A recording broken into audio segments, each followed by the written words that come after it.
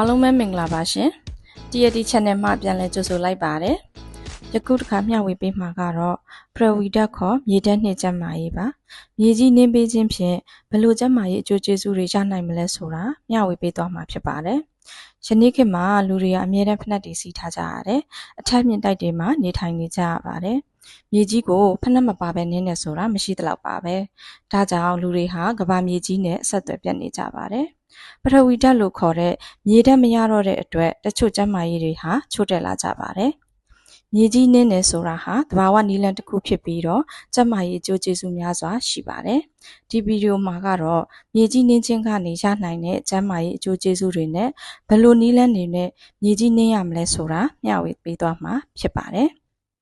မြေကြီးနင်းခြင်းကြောင့်ရနိုင်တဲ့ကျန်းမာရေးအကျိုးကျေးဇူးတွေကတော့နံပါတ်1ကိုယ်ရင်းရောင်ရမ်းမှုကိုလျော့ကျစေပါတယ်။မြေကြီးကိုနင်းတဲ့အခါမှာမြေကြီးထဲကအီလက်ထရွန်တွေဟာခန္ဓာကိုယ်ထဲကိုစီးဝင်လာပြီးတော့ခန္ဓာကိုယ်ထဲမှာရှိတဲ့ free radical လို့ခေါ်တဲ့ဓာတ်တိုးခြင်းကိုဖြစ်စေနိုင်တဲ့ဟန်ချက်ပြတ်နေတဲ့အတန်တွေကိုလျော့ကျစေပြီးတော့ရောင်ရမ်းမှုကိုသက်သာစေပါတယ်။ဒါကြောင့်နာတာရှည်ရောင်ရမ်းမှုကြောင့်ဖြစ်နိုင်တဲ့ယောဂတွေဖြစ်တဲ့အဆိပ်ရောင်ယောဂ၊စီးကြိုယောဂ၊နှလုံးယောဂ၊ကင်ဆာယောဂနဲ့အာရုံကြောတွေပျက်စီးခြင်းကြောင့်ဖြစ်နိုင်တဲ့ယောဂတွေကိုကာကွယ်ပေးနိုင်ပါတယ်။နံပါတ်2ကတော့စိတ်ဖိစီးမှုကိုလျော့ကျစေပါတယ်။မြေကြီးနင်းခြင်းဟာစိတ်ဖိစီးရင်ထွက်တဲ့ဟော်မုန်းကော်တီဇောကိုလျော့ကျစေပြီးတော့စိတ်ဖိစီးမှုကိုသက်သာစေပါတယ်။ဒါကြောင့်စိတ်ငြိမ်းချမ်းမှုကိုရစေပြီးတော့စိတ်ကျန်းမာရေးကိုမြင့်တင်ပေးနိုင်ပါတယ်။နံပါတ်3ကတော့အိပ်စက်မှုကိုကောင်းမွန်စေပါတယ်။မြေကြီးနင်းခြင်းဖြင့်မက်လာတိုနင်လို့ခေါ်တဲ့အိပ်ပျော်စေတဲ့ဟော်မုန်းကိုမြင့်တင်ပေးပြီးတော့အိပ်စက်မှုကိုကောင်းမွန်စေပါတယ်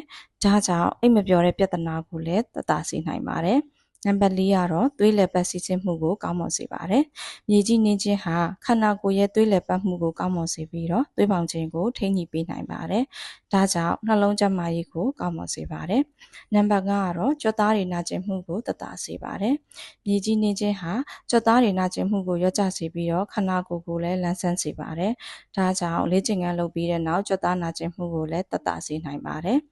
နံပါတ်6စွမ်းအင်တိုးစေပါတယ်။မြေကြီးနင်းခြင်းဟာခန္ဓာကိုယ်ရဲ့စွမ်းအင်ကိုမြင့်တင်ပေးပြီးတော့ပေမန်းနှွမ်းနယ်မှုကိုလျော့ကျစေနိုင်ပါတယ်။ဒါကြောင့်နေ့စဉ်လှုပ်ရှားမှုတွေအတွက်လည်းစွမ်းအင်ပြေဝစေပါတယ်။အခုတစ်ခါကတော့မြေကြီးနင်းတဲ့အခါမှာဘယ်လိုလုပ်ရမလဲဆိုတဲ့နည်းလမ်းလေးတွေကိုမျှဝေပေးသွားပါမယ်။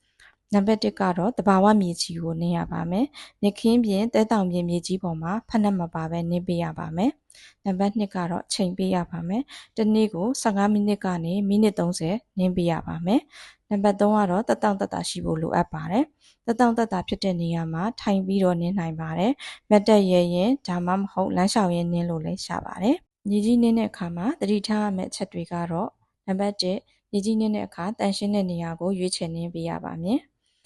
နံပါတ်2ကတော့မြေကြီးမှာအန္တရာယ်ရှိစေတဲ့အရာတွေဖြစ်တဲ့ဖန်ခွဲတို့တန့်မှုတို့ဒါတွေကိုလည်းသတိထားရပါမယ်။နံပါတ်3ကတော့မြေကြီးနင်းပြီးတဲ့အခါတိုင်းမှာခြေထောက်ကိုတေချာစေးကြောတန့်စင်ဖို့လိုအပ်ပါတယ်။ဒီကုန်းချုပ်အနေနဲ့ကတော့မြေကြီးနင်းခြင်းဟာရိုးရှင်းပြီးတော့ထိရောက်တဲ့သဘာဝနည်းလမ်းတစ်ခုဖြစ်ပါတယ်။ဒီနည်းလမ်းကိုပုံမှန်ပြုလုပ်ပေးခြင်းဖြင့်ကိုယ်ရင်းရောင်ရမ်းမှုတွေကိုလျော့ကျစေပြီးကျန်းမာရေးကိုမြင့်တင်ပေးနိုင်ပါတယ်။ဒါကြောင့်နေ့စဉ်ဘဝမှာမြေကြီးနင်းခြင်းကိုထည့်သွင်းလှုပ်ဆောင်ခြင်းဖြင့်သင်ရဲ့စိတ်ရောခန္ဓာကိုယ်ရဲ့ကျန်းမာရေးတွေပါပုံမှုတိုးတက်ကောင်းမွန်လာပါလိမ့်မယ်ရှင်။အားလုံးပဲကျန်းမာချမ်းသာအသက်ရှိကြပါစေရှင်။